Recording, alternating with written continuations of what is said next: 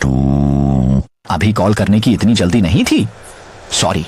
डिंगलिंग को जब छो होंग्यान ने सबक सिखाया तब उसने न सिर्फ उसकी महानता देखी बल्कि उसकी तेजी भी देखी। ऊंचा लंबा अमीर अमीर, छोटा प्यारा अमीर, बीफ रोल रोल, शान से खुशनसीब। छोटे बाबा इधर से चलकर आए। डॉगी और कुछ बच्चे गा रहे हैं आसान गाना। तुम सब झूठ बोल रहे हो। तुम्हारे पिताजी ही छोटे बच्चे को चिपक कर बैठे हैं। मैंने अंधाधुंध कुछ नहीं कहा। मेरी चाची ने अपनी आंखों से देखा कि कैसे वो छोटे दिन की बीवी तुम्हारे पापा की कार की पिछली सीट पर बैठी थी और उसने तुम्हारे पापा की कमर पकड़ रखी थी। वह दृश्य कितना गर्मजोशी से भरा था। पापू बधाई हो, तुम्हें जल्द ही नई मम्मी मिलेगी। छोटे ने बोला। कुत्ते का अंडा आंसू पोंछते हुए भागा। जितना सोचा उतना गुस्सा आया और वो एक सांस में डिंगली के घर के बाहर दौड़कर पहुंच गया। एक पत्थर उठाया, आवाज आई, डिंगली के घर की खिड़की तोड़ दी। कौन है? कौन सी कमीनी हरकत कर रहा है? कुत्ते के बच्चे पैदा हुए और आंखें भी नहीं खुली। इस युग में एक कांच का टुकड़ा एक बड़ा खर्च था, खासकर डिंगलिंग के लिए जो क्रिस्टल निर्माण कर रही थी। यह एक मुफ्त बोनस था। डिंगलिंग, तुमने देखा किसने पत्थर फेंका था? जब मैंने बाहर दौड़ा तो कोई नजर नहीं आया। इतनी बड़ी खिड़की, 200-300 रुपए का खर्चा हो जाएगा।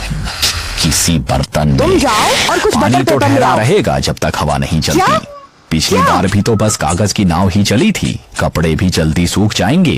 कहते हैं कि उरू में शाम को बारिश होती है, लेकिन ये बढ़िया कागज अभी भी पेस्ट करने के लिए तैयार नहीं हुआ है। बोर्ड पर पंख पहले ही दिखने लगे हैं। यह मछली वैसी ही बड़ी है जैसे वाण झोंग की तेजस्विता। अरे तुम तो जल्दी सोचो, कुछ करो। बच्चों को ठंड लग रही है। पता नहीं मेरे बेटे ने तुम्हें कैसे शादी कर लिया।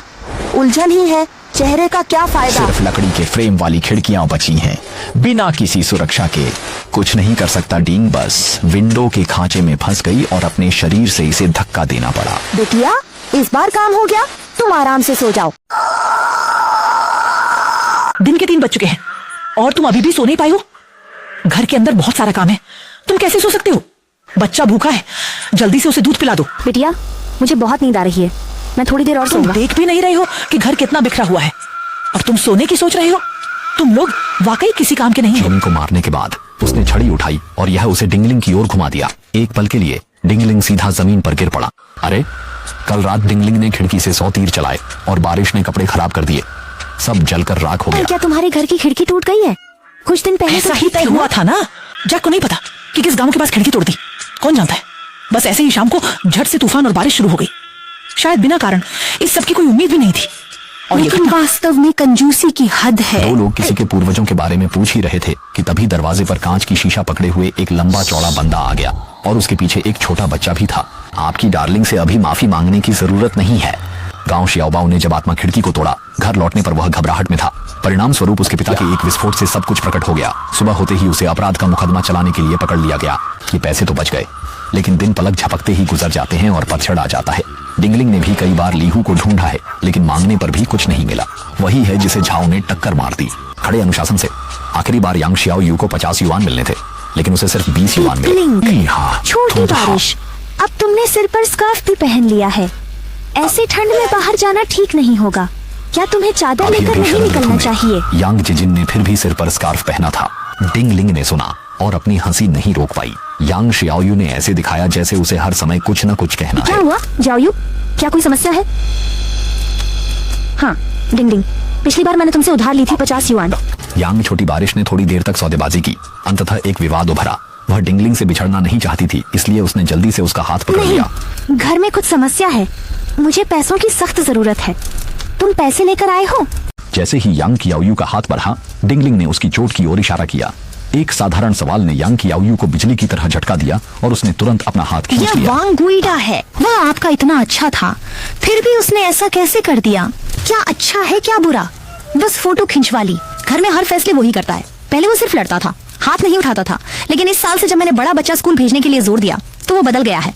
जितना ज्यादा स्कूल पर खर्च होता है उतना ही ज्यादा। यांग शियाओयू की बेटी हैं और बेटा जल्दी गुजर गया था, इसलिए बहू की भी शादी कर ली। एक दिन उसे घर में 50 युआन कम मिले। फिर उसने मुझसे पूछा, वो पैसे कहाँ गए? मैंने बताया कि मैंने तुम्हें उधार दिए हैं। फिर उसने मुझे परेशान करना शुरू कर दिया और कहा कि पैसे वापस दो, नहीं तो मैं बच्चे को स्कूल नहीं भेजूंगी। ये 20 युआन पहले तुम वापस ले जाओ, बाकी के लिए मैं जल्द से जल्द कोई इंतजाम करके तुम्हें लौटा दूंगा। तुम एक अच्छी पत्नी हो, तुम्हारे जैसी पत्नी होना उसका सौभाग्य है, लेकिन तुम इस आदमी से खुद को इस तरह पिटने नहीं दे सकती। तुम्हें अपनी हिफाजत करना सीखना होगा, बेचारे समझी? दिल से देख रहे हैं यांग सुई पिंग को, जो चेहरा पहले इतना प्यारा और चमकदार था अब कितनी मायूसी और दुख में डूबा हुआ है। शादी आखिरकार औरत को क्या देती है? बेटी, मैं कस्बे में जाकर कोई काम खोजना चाहती हूँ। अमीर आदमी सब अब ऐसा दिखावा कर रहे हैं।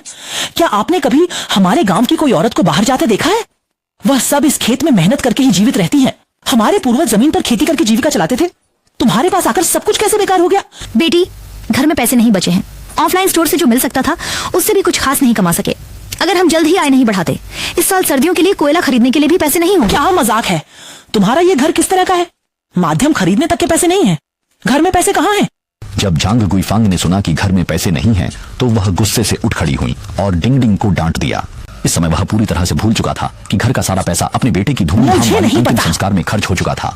वो यहाँ चिल्ला रहा है और थोड़ी दूरी से शोरगुल की आवाजें फिर भी से आ रही यहाँ हैं। शोर क्यों हो रहा है?